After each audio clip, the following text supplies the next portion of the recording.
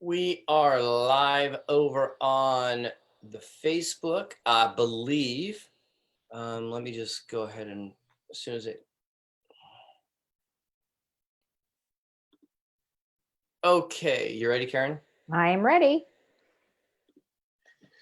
Well, good afternoon, good morning, good evening, good day, everybody. I want to welcome you to this episode of Expand the Business, where we help entrepreneurs take a deeper dive into all things in expanding the business. So today I am so beyond thrilled and excited for today's episode.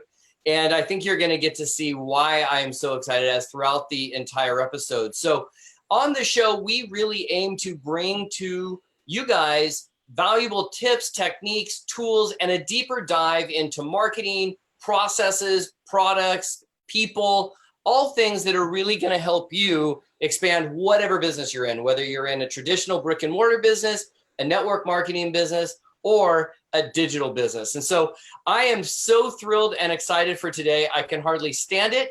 So let's jump right into it. Today, I am so beyond honored to have Caren Glasser as our guest. Now, Caren is, and you're going to see what's going to be funny about this is so often Caren and I talk a lot, and we'll probably actually forget that this is a podcast as we take a deeper dive. So I will try to keep us. I'll try to keep us on track and in scope.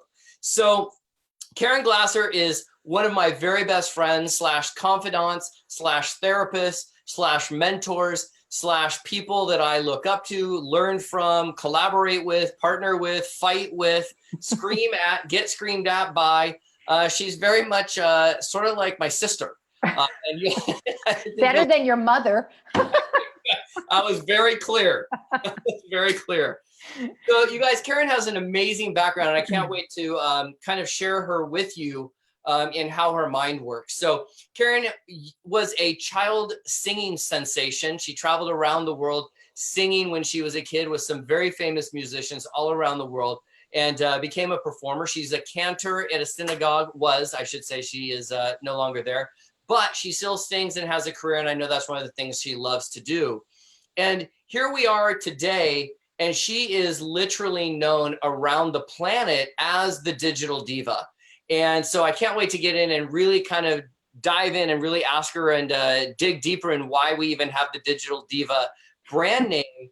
But I feel very fortunate in that I get to nickname her, or I had the pleasure of kind of coining her Mama Minutia, which we kind of know as M squared. And so we'll kind of touch on that. So Caren, welcome to the show. Well, after an intro like that, I think we're all done. I don't know. It's good to be here.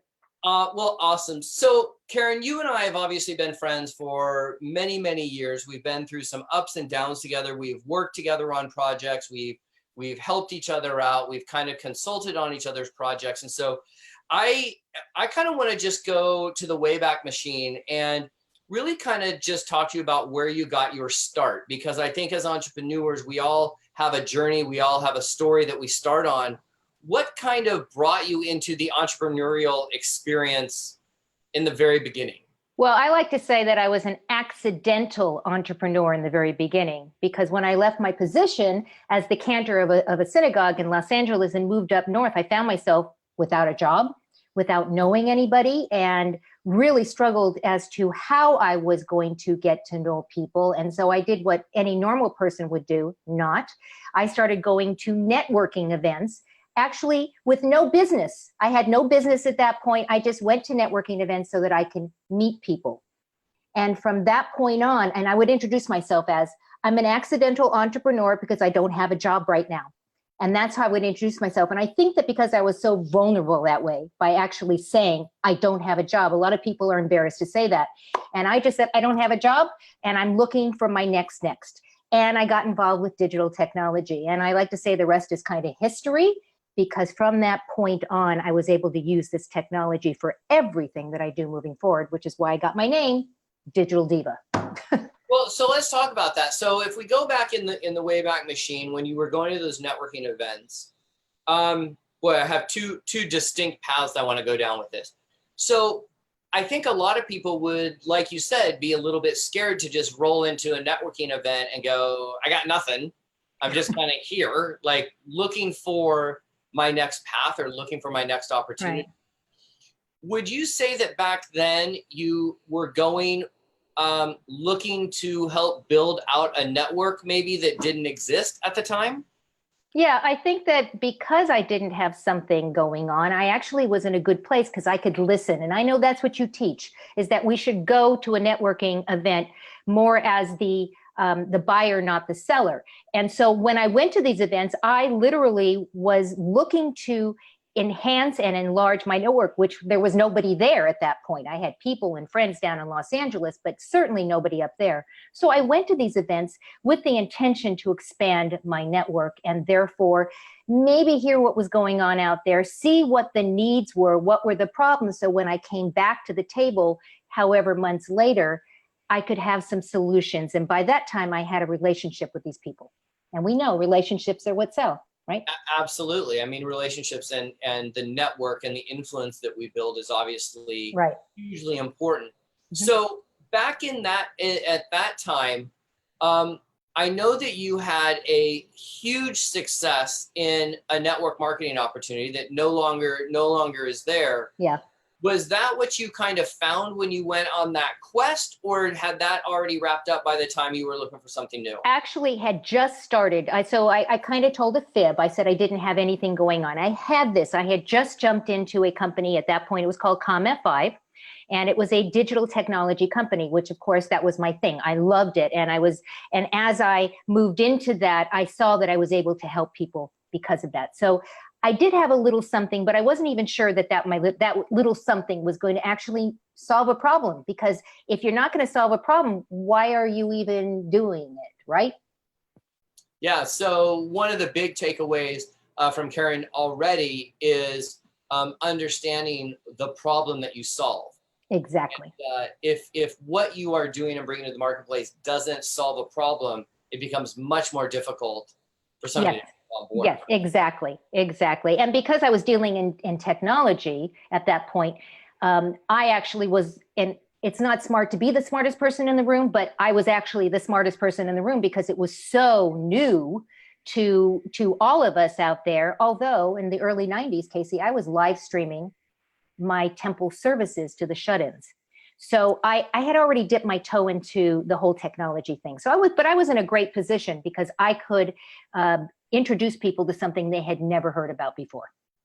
Okay, so let me take a deeper dive. Let me take a deeper dive in that. So when you were cantor and you were at the synagogue, you said that you were live streaming Yes. way back. Yes. So obviously that was really when kind of live streaming and being able to broadcast over the internet was literally, I mean, I remember back in those days, it was amniotic fluid. It wasn't Right. even an embryo yet. Exactly. How did that and that experience and that brush up and handholding with technology help you kind of make that transition into the next stage of technology? Well, back in the 90s, it wasn't like right now. Right now, you can literally pick up your Facebook, right? And you can, on your phone, click a button and you're live. Or you can go to YouTube and you can go to Periscope. There's so many different platforms. Back in those days, none of that existed. So I wish I had taken some pictures. We literally had these humongous hard drive computers. We had wiring that went all around the sanctuary so that it would hook up into the cameras and then it would bounce off somebody else's computer in somebody else's place. All of this just so that we could reach an audience that couldn't get to the temple. When I moved forward and actually moved up north and then I got into ComF5, I realized, oh my gosh, if we had only had this technology almost 20 years prior, it would have been a whole lot easier. And so for me, it literally was the entry for me. So when I saw how easy it was, now that was easier. What we do now is like a breath of fresh air. Literally, we push a button and we go live. So I have seen, and we all have seen, those of us in the technology world, we have seen the growth. It has been, and it's growing faster and faster now. So you don't have to wait as long for the next thing to come. Well, so let me still stick in the synagogue for just a minute.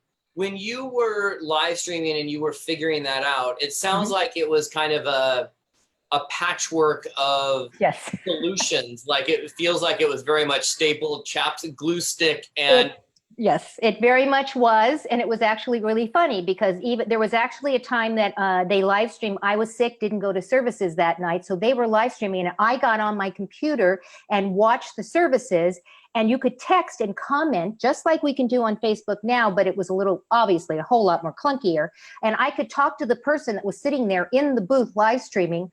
And it was pretty cool to be able to see the other end of it. But certainly was clunky. It was, you're right, Band-Aids. We Band-Aided it together. And so I know that you were a cantor in that role, but I know that there was an entrepreneurial spirit already burning inside you. Would you say that that technology and your fighting through the problems and fighting through the headaches and fighting through all of that was more accident or on purpose? I think it's actually on purpose. I think that I was very focused on, and I've always been very focused on learning as much as I can about the technology and where we are in that moment. I pride myself on always being at least 10 steps ahead of where everything else is. And as I get older, I'm not ashamed to say it is harder to stay 10 steps ahead. But I think it was really very much on purpose that I did this. Well, let me ask you, let me go down kind of maybe just a different question. It would seem to me that folks in that space that may even have been entrepreneurial may not have embraced technology in a way that you guys did. I mean, it seems like it seems like some people either are scared of technology that makes them a little nervous. Yep. They don't really know, can you teach old dog new tricks type thing? What was it inside you that was like, look, we're a synagogue. We're trying to get the message out. We're going to fight through this, and we're going to play in the digital space rather than fold back to, you know what, we're just going to fold paper envelopes and we're just going to kind of go the traditional route that I think a lot of businesses kind of get stuck in. I think a lot of people get scared. They get scared and they're afraid to take the risk. And I like to say, and I do everything this way. I ask myself the question before I take that risk and I step into something new. I say, what's the worst thing that can happen? Let's just get down to brass tacks. What is the worst thing can happen if I do this, if I take that next step, if I jump into the technology, if I do whatever it is? And then the next question I ask is, can I live with it? Can you live with the worst case scenario? Exactly. And if I can, I'm full board ahead. I will just jump in with both feet and I will do whatever it takes, knowing that if it doesn't work, I'm okay because I've already decided I can live with it. If, though, on the other hand, I say, this is just too uncomfortable, I don't think that this makes sense, I will walk away and never take another step forward in that direction. It doesn't happen very often because I tended to say yes and then figure it out later. I know you do the same thing. But I found, first of all, exciting to be first to the party.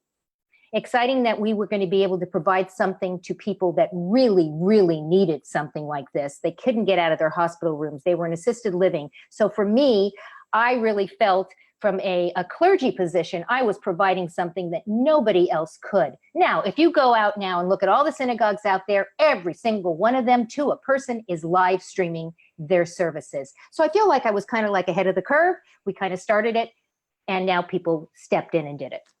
And so the first time that you kind of used Scotch tape and duct tape and glue sticks and kind of got the thing live, I'm assuming that it sucked. Well, I was going to go the opposite. I was going to say, I assume that it was perfectly lit. Everybody sounded perfect, looked amazing. The camera took 30 pounds off and everything just worked absolutely smoothly. And you guys were dynamic and amazing. And there were no flaws or mess ups. Oh yeah. Right. Not so much. We fumbled constantly. But it didn't matter because the people on the other end, the end user, were so appreciative that we were even attempting to reach out to them. So it was a win-win any way you did it. And as we move forward, we tightened it up. And sometimes I wish I was back there because it would be so easy right now just to say, okay, guys, let's go live right now. Yeah, I mean, it really being able to broadcast one's message over the internet in any way, whether it was through social media or just on a platform, Yeah, has really sort of leveled the playing field in making absolutely. everybody have the same opportunity in terms Absolutely. of publishing content and finding a tribe and engaging the tribe and Yeah, absolutely. ultimately marketing to the tribe. So we left the synagogue. We kind of sprouted out on our own. You had built a network marketing team and an organization and lots of customers and lots of folks. How important was that in the journey moving forward for you, looking back? So important, because in doing that, I also wanted to find a unique way to educate and to ultimately sell, when that happened, this technology. And the only way that I felt that we could do that was to show people the value. And so I did a couple of things. I volunteered to go to other people's events and I would live stream for them. I would take the technology, I'd sit in the back of the room, I would live stream. We actually would sell packages online for the people. So just to show people what could happen. But then, as you know, my next step was, okay, how do I use this technology to build the business and also give more people visibility? And Promote Your Passion was born from that. Absolutely. And I want to move to promote your passion and biz banter in a second.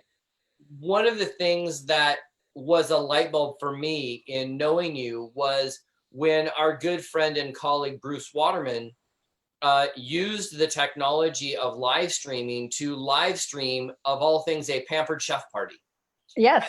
And I remember this clear as it was like, even though it was more than a decade ago, Mm-hmm. I remember watching the live stream and watching the little number of how many people were watching it live versus how many people were in the room. And if you don't know what Pampered Chef is, it is a direct sales party plan organization where they sell amazing kitchen utensils. I'm a huge fan of Pampered Chef. You go Yeah, down, cool stuff. Cool stuff. you go Yeah. down to my kitchen, I feel like it's a Pampered Chef kitchen. Company's actually owned by Warren Buffett, of all things. So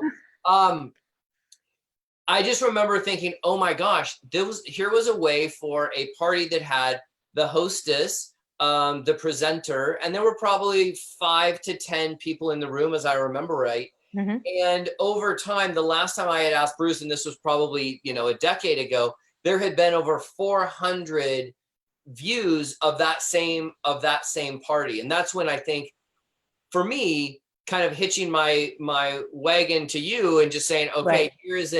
here's a really smart entrepreneur that understands how to break that message into a larger audience. This is where we're going. Well, absolutely. And I remember back in the day, you would say, I'm low tech, big check, right? That was your thing. And I remember we would have not arguments, but serious discussions about, yeah, that's all good. However, you can reach more people and you can do more good and you can create more relationships when you are reaching more people at the same time. And that was the live stream. And I know you don't say that anymore. You actually say, high tech, even bigger checks, right? I think that's what you say now. And Yeah. but it's true. It is true because you are reaching the masses. And I know you and I went and did a Tupperware party, didn't we? I think we streamed a Tupperware event.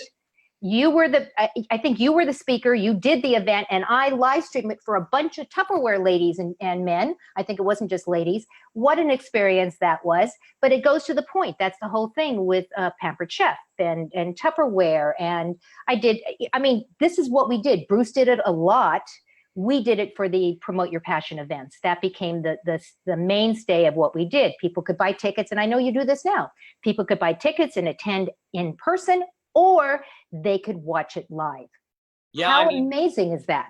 I mean, everything that we do now is live streams. So our meetup groups, we sell tickets so we can have people kind of watch over our shoulder as we do a live meetup group, and we usually charge $10 or whatever. But that essentially allows us to broaden the audience and at the same time get the message to people that don't have access to it, number one. And number two, frankly, it also helps cover costs and cover some of the stuff we do.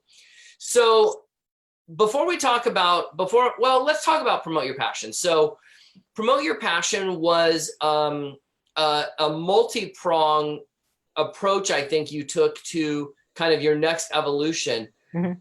I know you had a book called Conversations with Experts that was Yep. inside the Promote Your Passion brand. You did live events, or I should say I'll have you explain why in a second. Right. I know you did a cruise with that.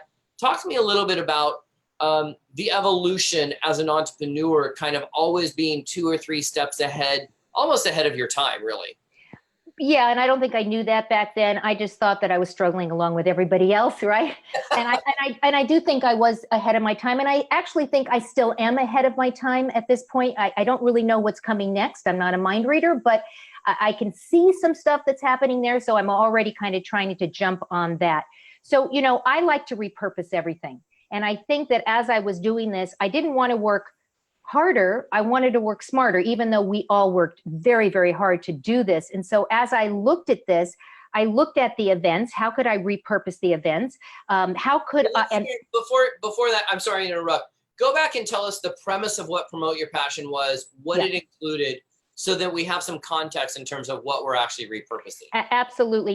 One of the things that I am not is shy. I'm not shy, and I'm fearless. And so I was introduced to a company, an organization called Club Core.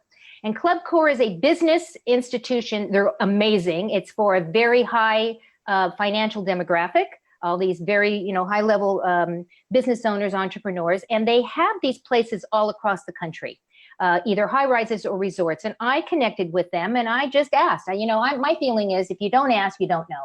So I said to them, and I didn't have this at the time, but I kind of made it up. I said, I have this great group of people. They're business leaders, they're entrepreneurs. They talk on different subjects, marketing, sales. Networking, we went through the whole thing. How would you feel if I brought this program that didn't exist yet, by the way, to your facility? You can invite your people that are already members. So it's a win-win for them. They're now providing something for their members, and we're going to sell tickets. And can we do this? And they jumped on it because I think they saw some benefit for their members, and I was first to the party. Nobody had ever done that. And so we did these events all across the country, back and forth. We ping-ponged how many events we did. And we'll talk about that. But we did these events, and we had anywhere between 40 to 50 people that showed up at each one of these events, which at that time, people were always saying, how do I get butts in the seat? We dialed it in, we nailed it. We knew what we were supposed to do. And part of it was the live stream. Part of it was the ability to fill those seats by getting amazing speakers who, again, were looking for exposure. And we were able to give that exposure to them. David Asarno is one of those people, and we'll talk about that. And we would bring these people in. I also housed a panel. I would go into the community and say, which one of you guys know some people that might want to come see you in an event? We'll put you on a panel. And now we got the entire city engaged. It was a really, really exciting time and exhausting all at the same time. And I like to say that I'll never do that again. So let's unpack that a bit, because there was a lot in that I was really, really fortunate and honored to have been a part of that 20 cities in what felt like 22 weeks. I mean, we really did go out on the road.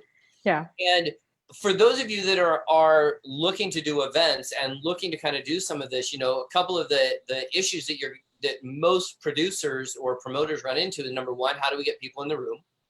Number two, where do we do these events? And your relationship with Club Core at the time, I mean, I remember they were thirsty to have content provided to their members. It was a value add for them.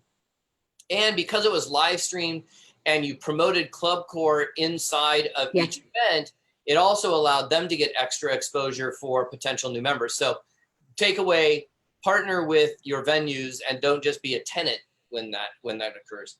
Number two, I loved what we did with the panels, where you went into a local marketplace, found influencers in that marketplace, said, hey, come on down and sit on a panel, but I need you to bring 5 friends. And it really allowed us to get access or gain access to the local influencer market that was right inside of that community. And we live streamed it. And, just a huge shout out, I'm just thinking back to the event we did in Boston, of all things. Yeah, it was wild. Oh my gosh. That was one of my favorite ones, actually.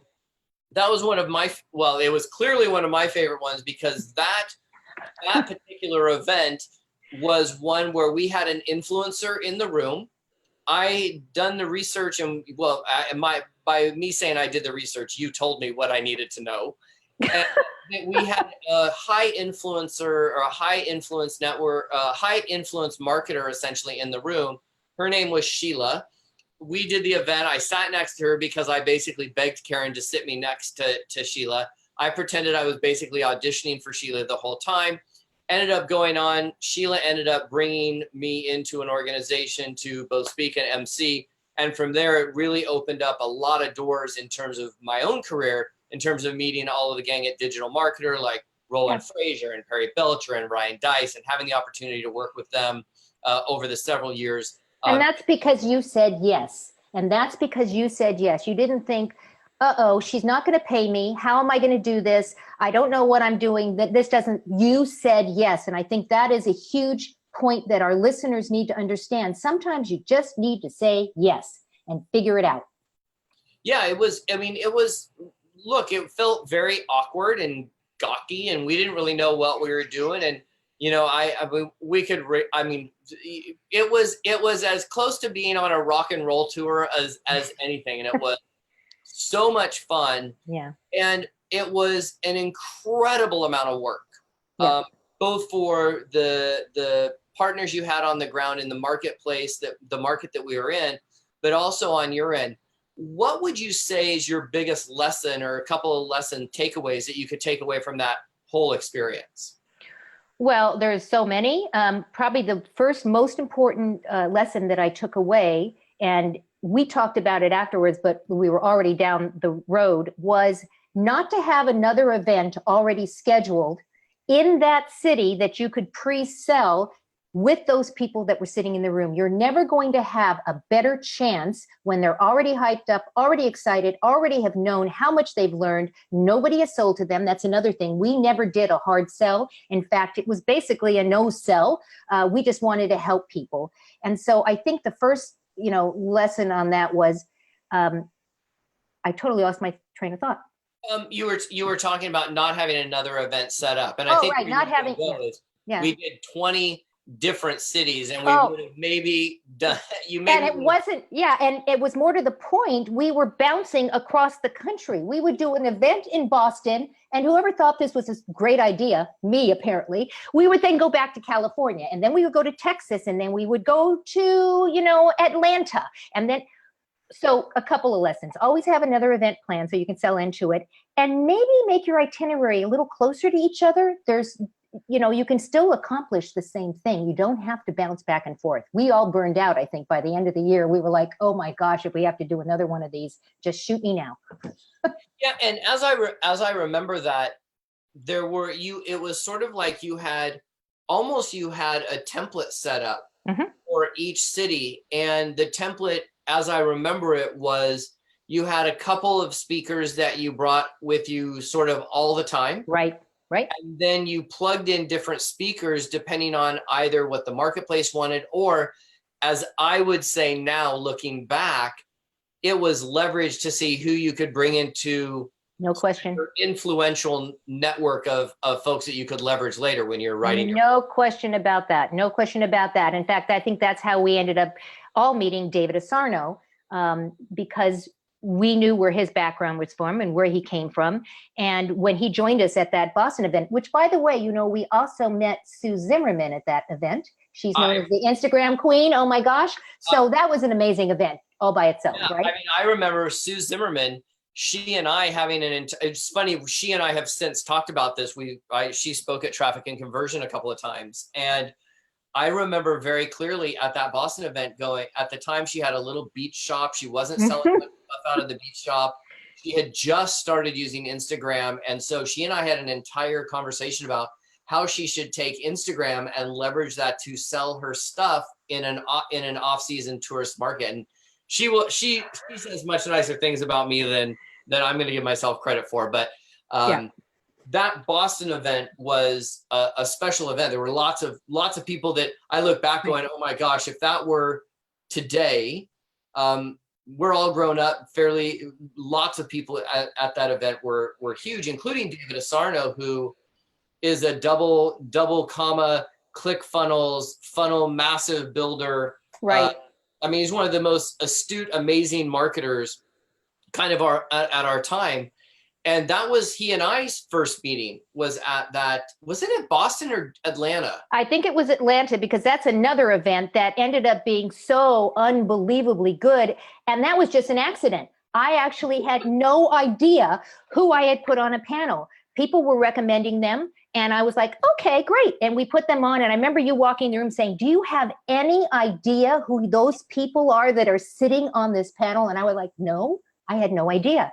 They were all the movers and shakers. And I felt proud about that at that moment, because I realized the fact that they wanted to be at this event gave us some validity that we just couldn't do ourselves. Mohammed Sadiq, and we had Brad Fallon on that thing, on the panel. Was there?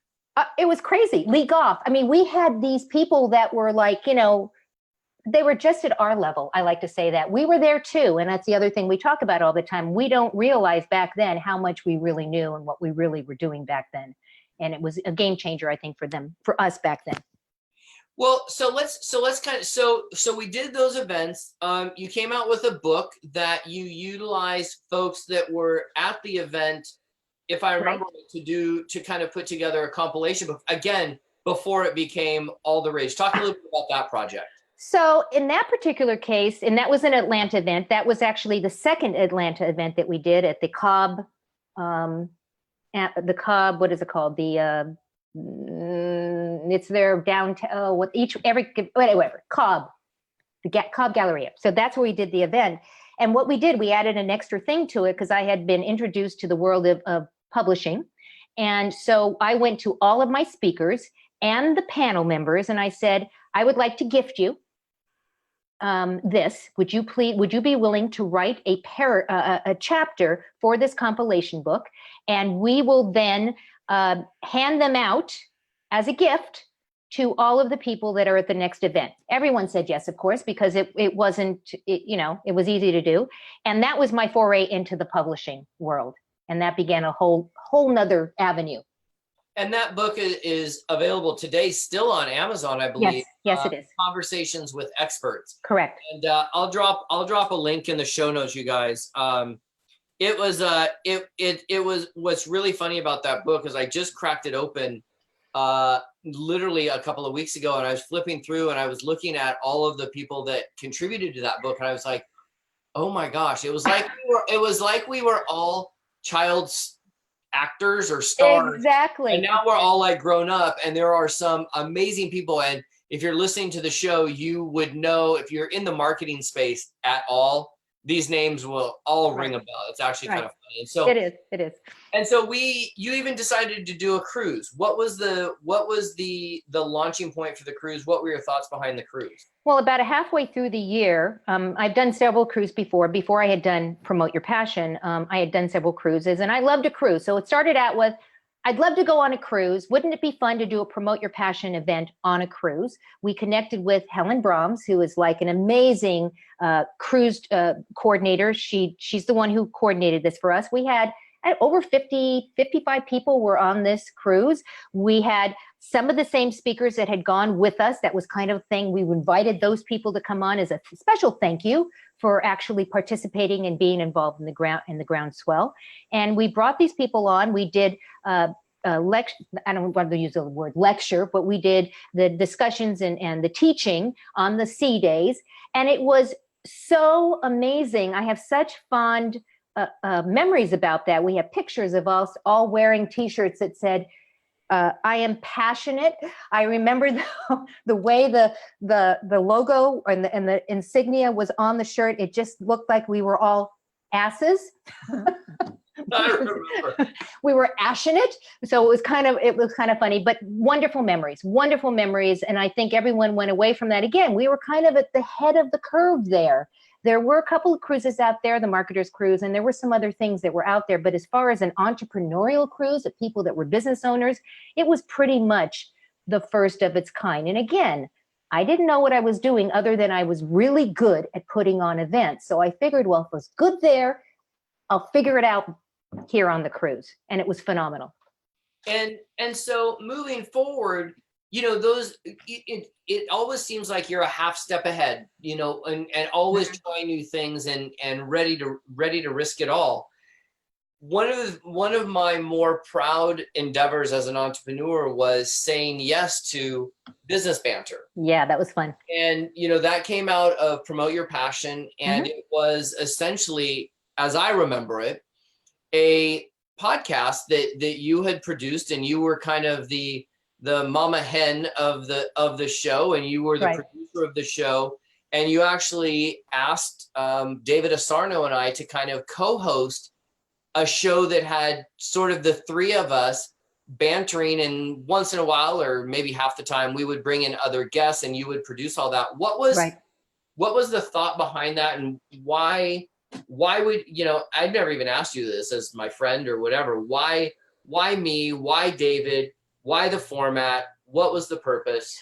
Well, first of all, we use YouTube Live. So I always believe that if you're going to do anything digital, if possible, do it video first. You could always strip the audio and create something else. So this was actually much like we're doing this exactly. podcast. This podcast is being done on Zoom, and it will end up being, the video version will be on YouTube, but the audio is just going to be pulled out of this, and that's what will go up on iTunes, Spotify, and all those. Exactly. And back when we were doing this is back 2012, I think 2000. I mean, this is we're going back a time.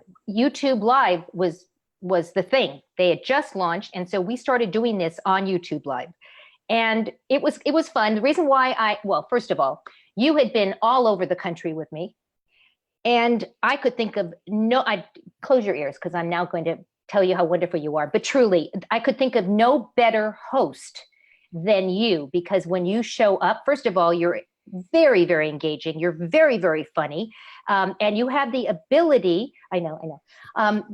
Just, you know, it's just loading up the head. You have the ability to talk to people in a way that they don't go running away scared because you're not using big words, right? And I don't mean that you don't know the big words, but you know how to get down and talk to people where they are, meet them where they are.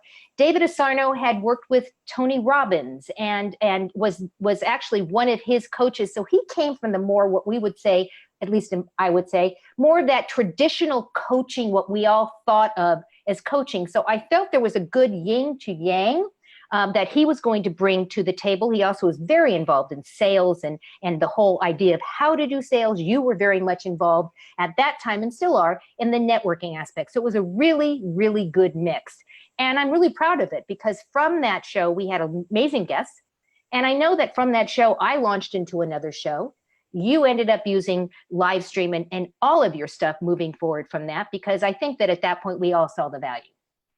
Yeah, it was a really fun time. And, you know, it's interesting because I know you've done several podcasts since then. You know, I went on to do a solo podcast called the Double Your Check Club that we ran for literally 7 years, every single week. And here we are. It's kind of funny that we both are now running new podcasts. Yours is, you know, I want to talk about yours here in a second, but we're kind of coming into our own again about podcasting, because it really allows you to help an audience find their voice, help an audience move the needle forward. In this case, you know, we're showing or hoping that we can help business owners move the needle forward on expanding business, whatever business that is. Yeah. So your kind of solo podcast, or the show that you kind of started, I know that you had started a digital network, almost like a digital TV show conglomerate, if you will, a digital network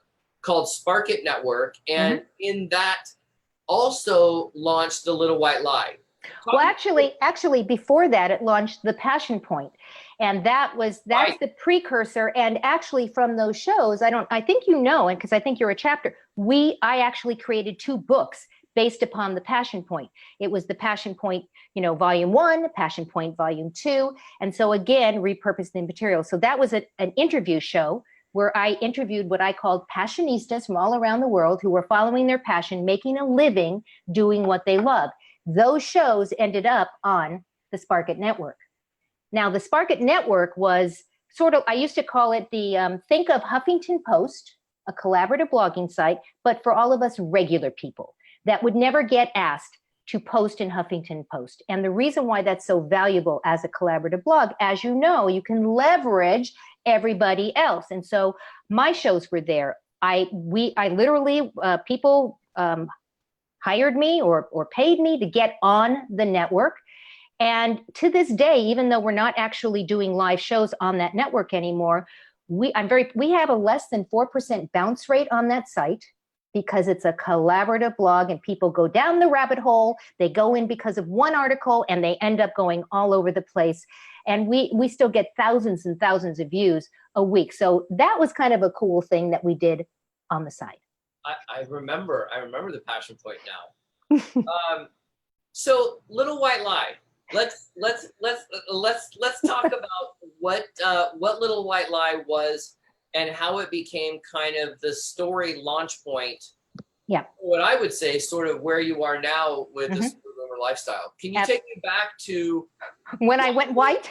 Why Little White Lie, where it came from, and kind of walk me through the evolution. And as entrepreneurs, you guys, what I hope you're taking away from this conversation is that entrepreneurs manage the relationship between risk and reward. And if Caren was still a cantor at that synagogue just doing live stream, she wouldn't have the global footprint that she has today. So really look about this call, this show is really about expanding the base, expanding the database, expanding the influence, expanding the network, expanding the reach, expanding your technology, and expanding the business. So talking about Little White Lie. So when I turned 60, I had a come to Jesus moment with myself. I realized that I had been sitting on a live stream for weeks and weeks and years at a time, talking about and with authenticity and showing up as your real self. And yet here I was at that point with my dark black hair that I had been coloring since I was 30. So fast forward 30 years, I realized that I had to change. And so I said, I'm going to let my hair grow out. And it became the Little White Lie. It's that the lies we tell ourselves. But then I realized, oh my gosh, I'm on camera now every week. What am I going to do? My hair is going to grow out on camera. I think I'll wear a hat. I did that once and I realized, how ridiculous is this? I'm inside my office and I'm wearing a hat to cover my Little White Lie. From that point on, week after week, I started doing the show. I interviewed, it was still an interview show, but I brought on people in the pro-aging world, I'll say for lack of a better word, that were my guests. And every week I would do my reveal. I put my head down like this and I'd say, here it is. And literally I have a video now of my hair growing out. And that became the Little White Lie. And a new website was created. It's the site where all the lives live. I believe in repurposing. I take the shows off of Facebook and I then put them over on my website. I create blog posts out of them. You're in my funnel. You know what I do with all of this. And it has been pretty amazing, but that morphed as well.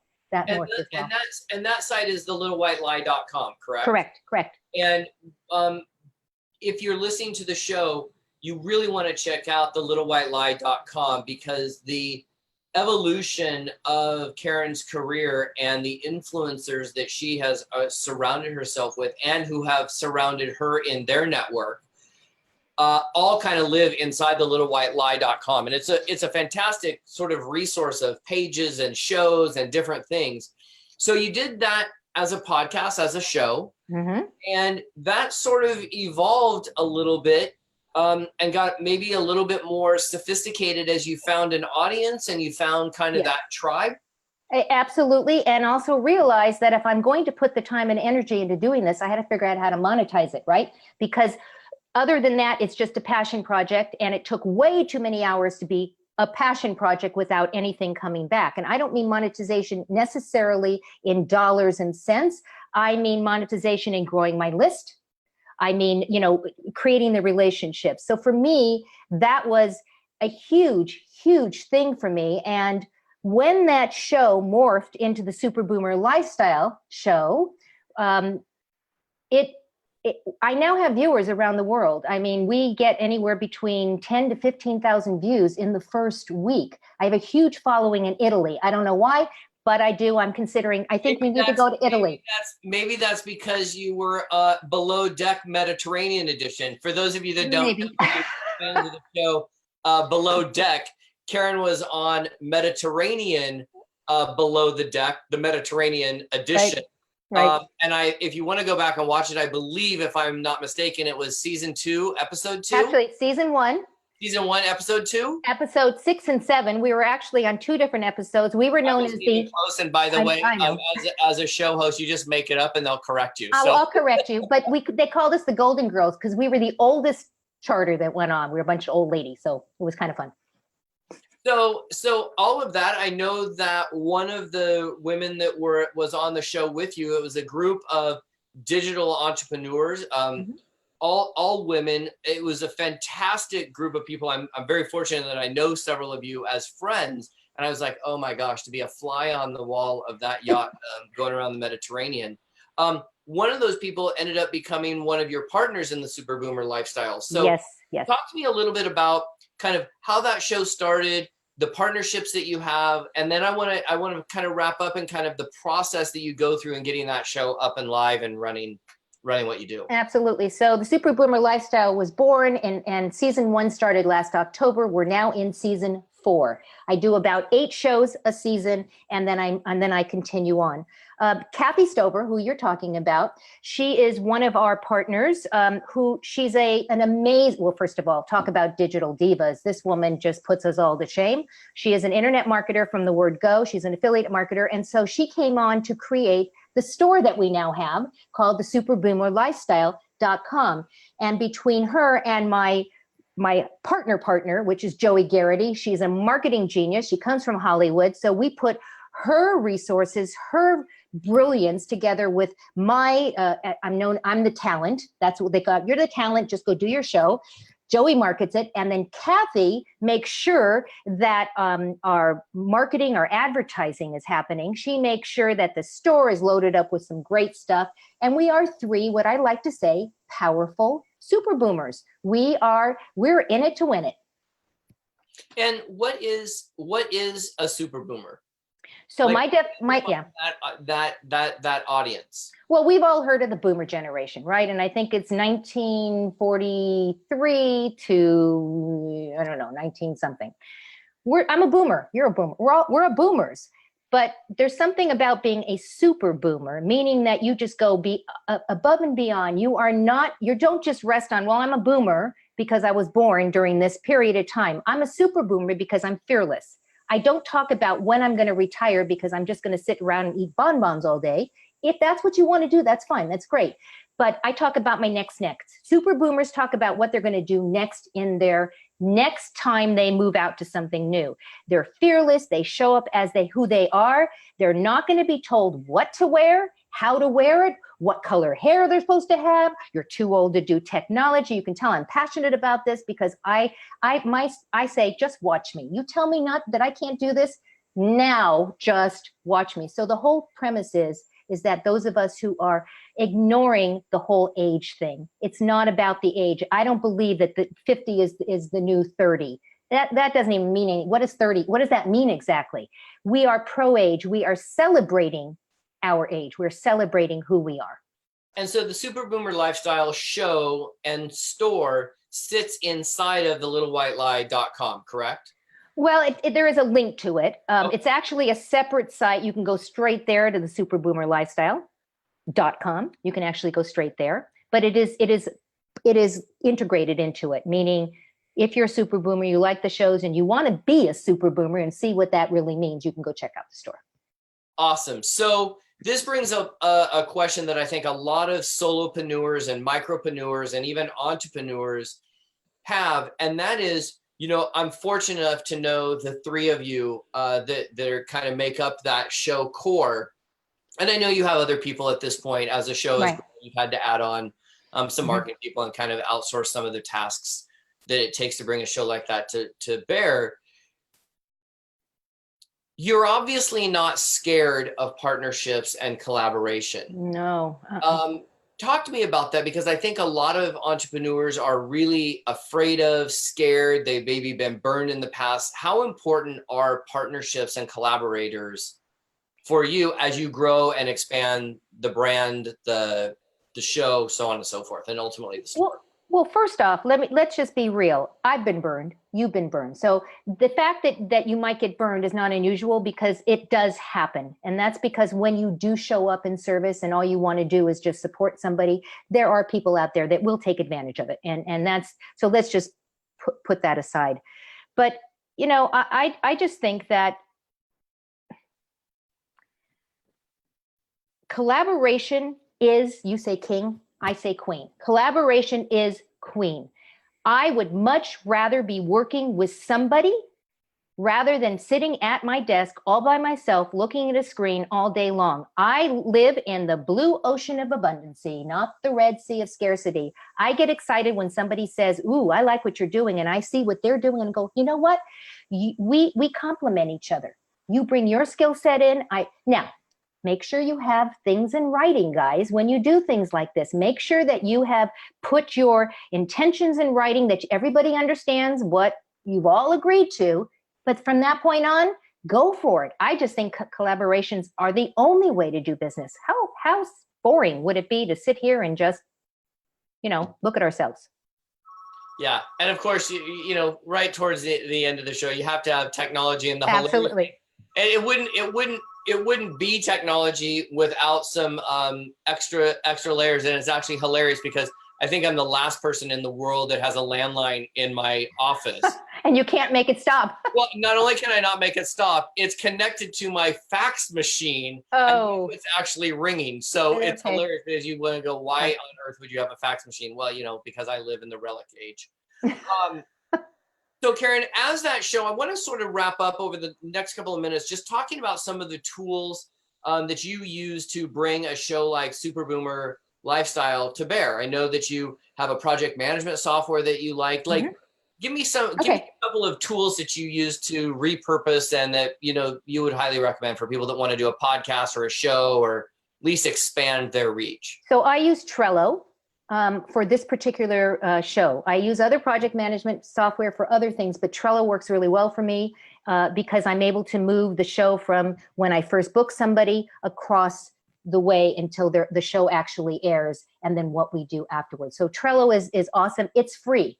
So it's a great platform, and you don't lose anything because it's free. It's just a great platform. So that's the first thing. The second thing is I happen to use a platform called BeLive, which is my streaming platform. It allows me to have a scrolling, you know, lower third. I can put comments up from the people that are watching. It's very engaging. So that's a great tool. By the way, guys, if you're interested in getting some free trial of it, let me know. We can get you hooked up. That's B as in BELIVE.TV. Correct. BeLive.TV. And understand when Caren is talking about a streaming, that show starts off as a video production, and then they take the audio and put it up. Exactly. So everything I do is video first. There's no reason not to do it that way. You know, look, and for those of you who are saying I look terrible on camera, snap out of it. You look exactly how you look. Everyone sees you exactly how you, just get used to it. So we do that. So it's Trello, and then we do BeLive. From that point on, I use another resource called repurpose.io. I know that you rep that, so you might want to put a link there. I will tell you that it is one of the coolest things. Here's my affiliate link to it. It's livestoTube.com, LivestoTube.com. And what it really does is it allows you to take a Facebook Live and put it directly up on YouTube. You can take the podcast and strip the audio out. The audio can go right on WordPress. It can be, it's so cool. It is, and it's autopilot. So some of the things that I have going have been set up. It takes some time. You set them up, and then you're hands off. You're hands off. So I use that. There's a couple other things that I do. After the show, I transcribe the show, and because you can do lots of things with the transcription, I send it to a rev.com. They have a 10 cents a minute. So, you know, if your show's 30 minutes, you're paying $3 to get the transcription. It's dirt cheap. And then you take that, I create a blog post out of it. I take all the links that I have used in the show, I put them into the blog post. But more importantly, I take the live show and embed it into the blog post. Why is that important? Every time somebody opens that blog and starts to watch that show, the count goes up on Facebook. The other software that I use is called Simple Social, I believe, and that takes my show and sends the entire show over to WordPress with the comments. How cool is that? Now you can have a blog that goes live and there's already conversation going. I could go on forever. You can stop me. We can give in some other stuff later on. But I use a program from Instagram. I use a great program for my Twitter posting, and then I do a lot of stuff that's manual. Yeah, and so, gang, look, here's the deal. As you're listening to this, you've been listening for quite a while, and the two things that I can kind of take away from this chat, Caren, is number one, that we're always moving. And as an entrepreneur, you're always kind of swimming through the waters and looking for opportunities to make your job and your life easier, expanding your reach. What can you do to really collaborate and move and spread out that sort of digital diva footprint? Right. I'll kind of finish with this. I know where you are today.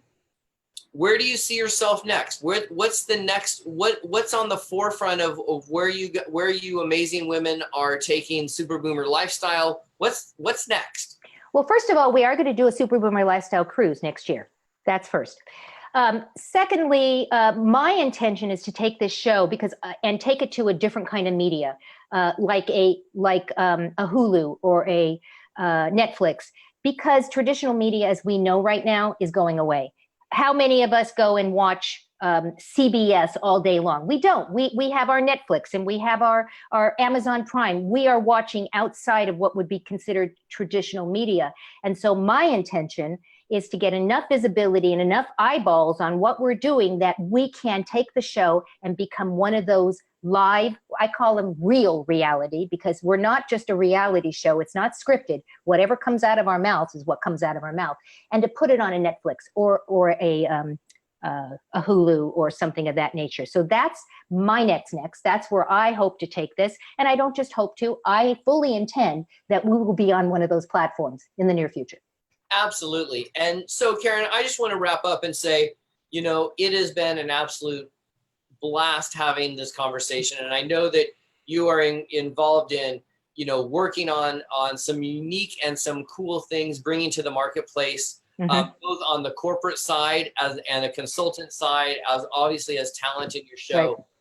And for those of you that are listening, don't wait another minute. You have to get connected to Caren and watch what she's doing. She is one of the world's best at expanding her reach, expanding the base that she has. You can check her out at thelittlewhitelie.com. You can go to superboomerlifestyle.com as well, and you can kind of see what she's up to. She's all over every social media platform. Caren Glasser, Caren with a C. And Caren, I just really appreciate and am grateful to have the time sharing with you. And I look forward to the next 20, 30, 40 years of collaborating, partnering, having a therapist, having somebody knock me upside the head. It's really been awesome. Well, thank you. And I want to congratulate you on this new show that you're launching. I think that it already has a lot of value just because you're in it. And I'm not saying that again to explode your head, but it's true. Anyone that knows you knows that when you come to the table with this much, to the point that it's almost being fire hosed, right? And so I know that this is going to be very, very successful. So congratulations on this. Awesome. Thank you, Caren. So you guys, if you want to check us out, we're all over iTunes, Spotify, wherever you get your podcast. This show is in need of your reviews. We're one of the very first episodes of this show. Each and every week, we're going to bring things to help you expand the business. If your business needs referrals or you're looking to expand the business, you want to get updates on the show, what we're doing, who we're having as guests, head over to expandthebusiness.com. Drop your name and email address in there. We've got some goodies for you over there if you want. But we're really excited about the launch of this new show, and I just could not think of anybody better than first guest up, Caren Glasser. So if you're listening, I want to thank you very much for being on the show, listening, participating. Hopefully your hand hurts from writing notes, or if you're on a treadmill, we're almost done. Start your warm down if you're in your car. pull over, take some notes. We'll get you the links in the show notes here. So with that, you guys have an amazing day. Now go give somebody else an absolutely awesome day. Ciao, till next time.